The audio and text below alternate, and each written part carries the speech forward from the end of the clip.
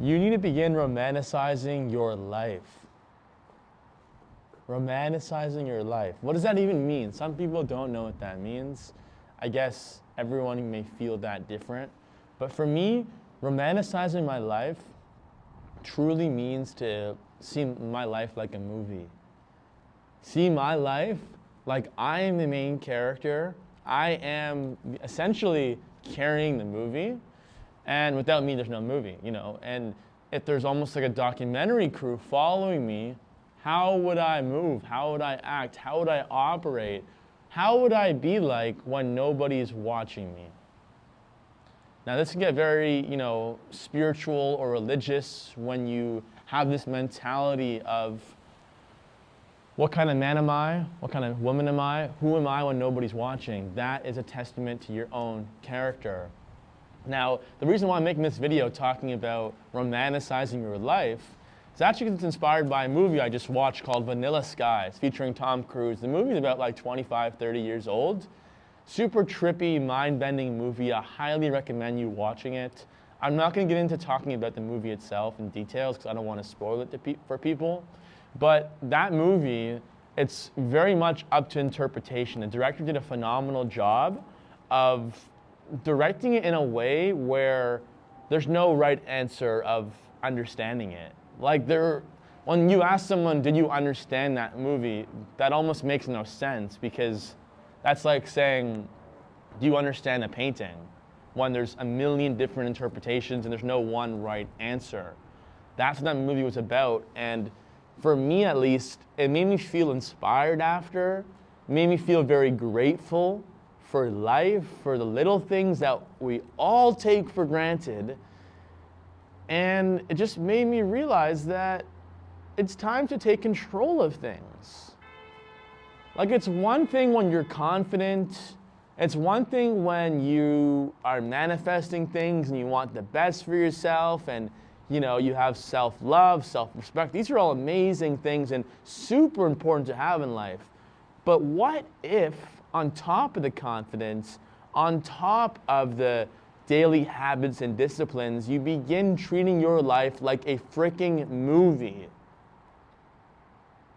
You brush your teeth in the morning, you wake up, you eat breakfast, you're tired as shit, you're sitting in traffic, you're working your 9-to-5 job, maybe you have kids, the kids are screaming and you're fed up with life and you're depressed and the sky's gray and you're a 45-year-old woman in menopause, you're a 60-year-old man depressed watching sports all day, you're a 25-year-old girl who doesn't know what they want to do with their lives, you're an 18-year-old boy who doesn't want to go to university. Whatever person you are, whatever archetype of person, what if that's part of the plot?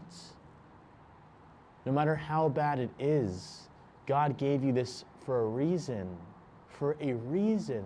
Every single event in your life, every circumstance, every outcome, anytime you face rejection, whatever it may be, what if this is a part of the plot?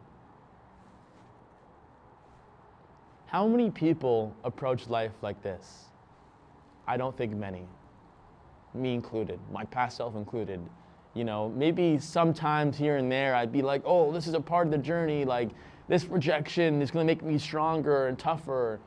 I mean, that's cool and all, but that kind of fades away when the day-to-day of life gets in the way. When all of a sudden it's so monotonous and you're almost on autopilot and you're just going with the flow, going with the waves. So I think this is a way, if you're able to see life like this, and I think the key to this is having that bird's eye view, like that third person perspective, like this is who I am objectively.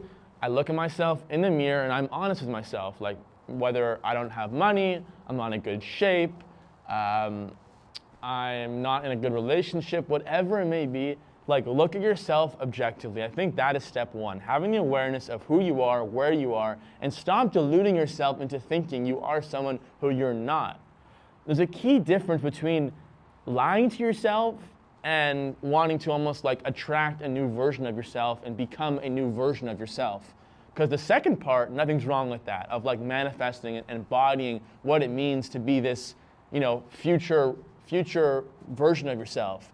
But on the contrary, if you're just telling yourself things are fine, like, you know, I'm not actually broke, or I'm not actually out of shape, because we do that to ourselves. We do that. We have a sick thing of doing that to ourselves where we'll tell ourselves that we're something, but we're not. And that's just confirming who we are. That's confirming how we can't even trust ourselves in the first place. We're straight up lying to ourselves. And that is something that spirals quickly. And I think the bottom line of this whole idea of being this main character and romanticizing yourself, your life, I should say, is because life is what you make out of it. You are you. Reality is literally yourself extended outwards. It's very hard to conceptualize that, but reality is a mirror. The mirror doesn't smile back until you do. Until you do. It always starts with you. So I think once you start to see life like there's a full-on documentary crew following you around, getting every single step along the journey, you know, like a documentary crew watching me right now film this video in the middle of a park, and maybe they're, you know, just trying to capture the best moments, but also they want to capture the low moments, right? Because what kind of movie is it if there's no hero's journey? There has to be a good storyline, right? Plot one, or act one, act two, et cetera, et cetera, et cetera. So ask yourself, like, what part of the movie are you in?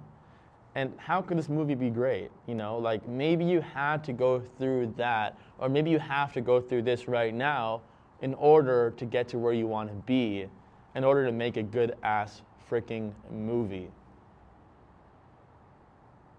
Isn't this the best way to see life, or one of the best ways, or no best way, but what other option do you have? Now you can sit here and be like, oh, that's a stupid thing. Like, why would I see life like that when that's just not reality? Like, there's no documentary crew.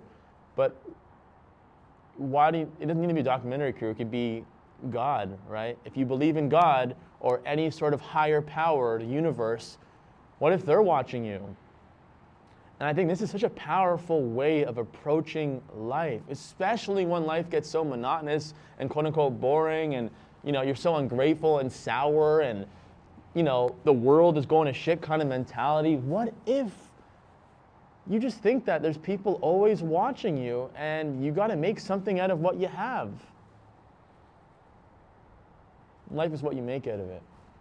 And I'm starting to realize that more and more and more. Because I'm not going to lie, I've been doing things behind the scenes by myself that I know I shouldn't be doing. And I'm doing them because in my head, I'm just thinking, ego kind of takes over and thinks to myself, well, it's okay, like, nobody's here to see this, like, nobody knows this, nobody knows that. And I realize how much that's holding me back.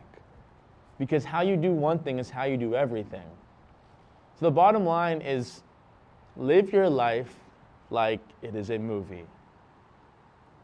Whatever happens, no matter how many times you fail, no matter how I don't know, how shitty life gets. I don't know how to say it. Like, I don't know how to frame this properly, word this properly.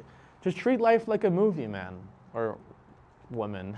Treat life like a movie, and I'm going to start doing that myself. I want to make a promise. I mean, obviously, we're not going to consciously think about this all the time, but I think this is why you have to constantly think this and say these affirmations of, life is what I make it, I'm the main character, this is what matters.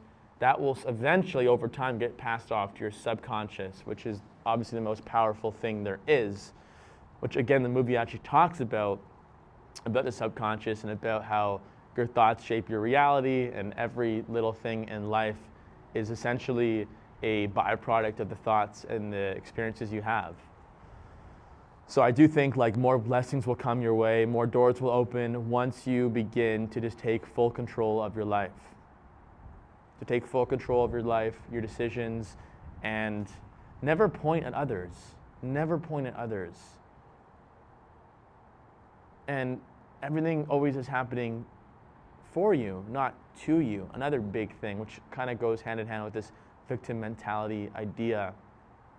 So yeah, I think that the baseline, the foundation is to treat life like you are the only person, like you're the most important person, because you are. Like the most important relationship in your life is with yourself. Like it's not with somebody else.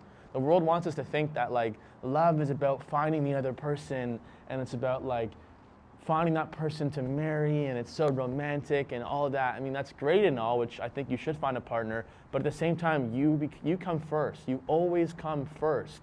And once you begin to really garner the sense of love for yourself, and like, I'm the funniest person, I'm the most, I mean, not good looking, but you could say good looking, I guess, but that kind of sounds narcissistic. I'm the funniest person, I'm the best person I can be.